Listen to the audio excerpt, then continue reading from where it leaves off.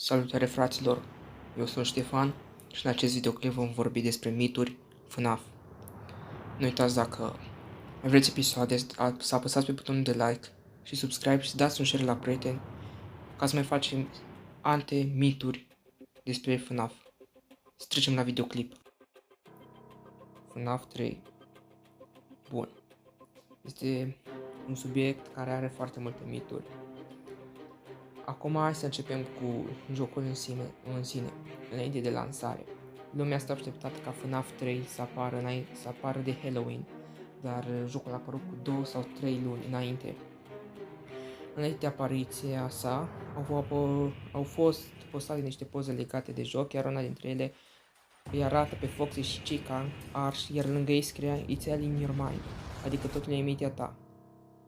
După mine, părerea asta mi se pare că animatronicii arși sunt doar o iluzie. Mecanica jocului e diferită de cele două jocuri, FNAF 1 și FNAF 2.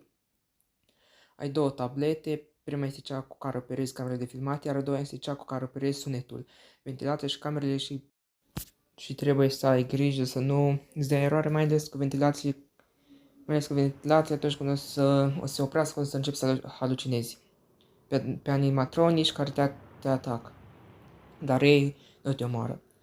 Deci în acest joc nu ai uși, iar este un lucru grav deoarece când îl vezi pe singurul animatronic, acela fiind Springtrap, practic e moartea, deci practic ai pierdut. Pe el îl poți opri cu sunetul râsului Balloon Boy, chemându-l în alte camere încât să poți ajunge la ora 6 și să poți trece noaptea.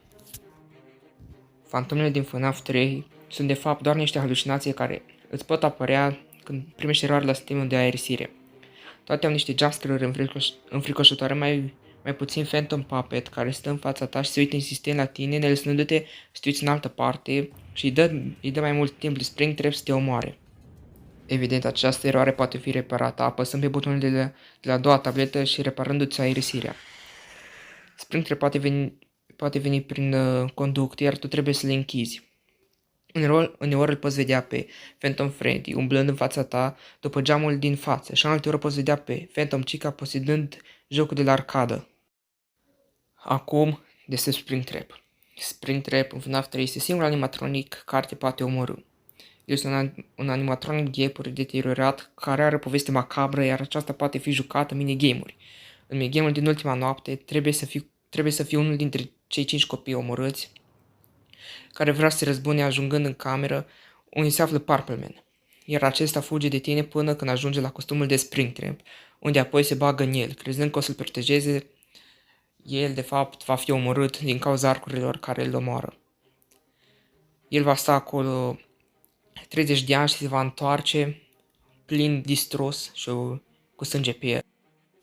Springtrap, cum a fost și în trailer spus, mereu va apărea din nou în fiecare joc, cum a apărut și în FNAF Security Breach și în alte multe jocuri FNAF. Eu sper ca Springtrap să apară și în alte jocuri, dar acum niciodată nu se știe ce are de gând să facă firma la care Scott a dat jocurile FNAF. Atunci eu am fost Ștefan și ne vedem data viitoare într-un nou videoclip cu mituri. Pa!